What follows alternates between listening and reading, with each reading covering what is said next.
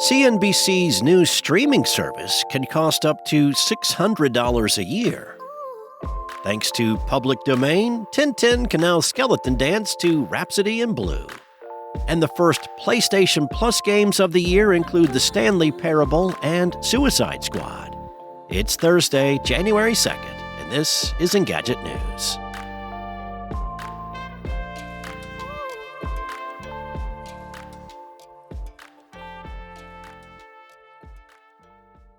CNBC is getting in on the streaming game with a service called CNBC Plus. The platform will have a global live stream with financial news happening in the US, UK, and Asian markets.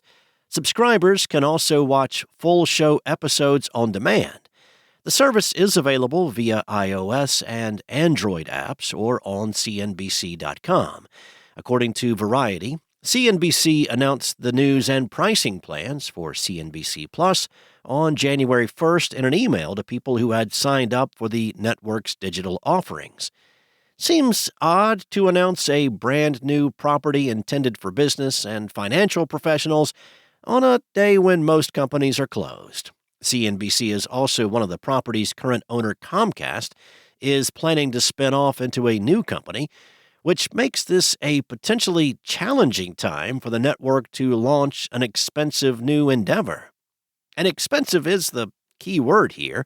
Not only is it costly to run a digital platform like this, but CNBC Plus also doesn't come cheap for viewers. A regular subscription will cost $15 a month, while the Pro tier bundles in additional stock ratings and picks as well as a My Portfolio feature for $35 a month or $300 a year. For the truly committed fans, there is also an all-access plan that includes participation in an online investment club led by CNBC personality Jim Cramer. That plan costs a staggering $600 annually. Now, this isn't the first time cable news has tried a streaming standalone. Warner Brothers Discovery launched a CNN Plus service in March of 2022, only to immediately pull the plug mere weeks later. We'll see if CNBC Plus can last a little bit longer. It's the start of a new year, which means a fresh crop of creative works have entered the public domain. Today, many materials that were copyrighted in 1929, along with sound recordings from 1924, become fair game to freely adapt, reuse, copy, and share.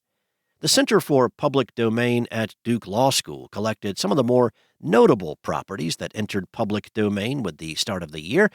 This is a big year when it comes to film, with several seminal directors debuting their first projects with sound, such as Alfred Hitchcock's Blackmail and Cecil B. DeMille's Dynamite. 1929 was also the year when Walt Disney directed the iconic Skeleton Dance short, as well as when Mickey Mouse starred in his first talkie. The intrepid Tintin and original Popeye characters have arrived in the public domain as well. The compositions for several great songs join the public domain. There are memorable show tunes like Singin' in the Rain and An American in Paris, alongside jazz standards Ain't Misbehavin' and What Did I Do to Be So Black and Blue, and classical hits like the masterwork Bolero. On the recording side are tracks like George Gershwin's beautiful Rhapsody in Blue and the legendary singer Marian Anderson's take on My Way's Cloudy. And finally, several authors had titles in the Duke Law Roundup. Noir fans will be happy to see Dashiell Hammett's The Maltese Falcon and The Red Harvest here. Other notable literary works now in public domain include A Room of One's Own by Virginia Woolf, A Farewell to Arms by Ernest Hemingway, Seven Dials Mystery by Agatha Christie, and The Sound and the Fury by William Faulkner. Sony just revealed the first set of PlayStation Plus games for this year, available for all subscribers, regardless of what service tier you're signed up for. Up this month are Suicide Squad, Kill the Justice League, Need for Speed Hot Pursuit Remastered, and the Stanley Parable Ultra Deluxe. Can't say it's the most exciting set of games, but at the very least, the Stanley Parable is a classic, albeit an old one. The game was first released way back in 2011 as a mod for Half-Life 2. The game then got a proper full release in 2013, and the Ultra Deluxe version was released for modern consoles in 2022. The original creators put together the Ultra Deluxe edition with an expanded script and a number of other new changes that the developers were not exactly forthcoming about. Broadly speaking, though, the game expands on the original with more choices, more dialogue, and more choices for the player to navigate. If you haven't given the game a shot, you now have zero excuse not to check it out.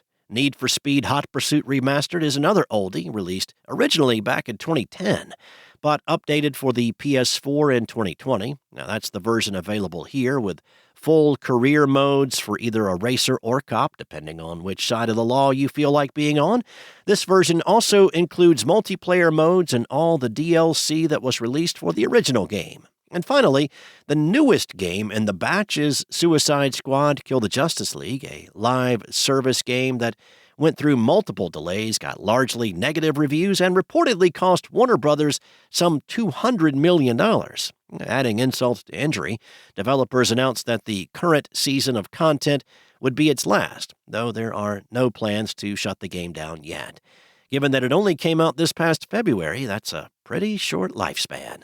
Not sure that anybody would want to jump onto the sinking ship at this point, but at least you can give it a shot without shelling out the $70 it still costs.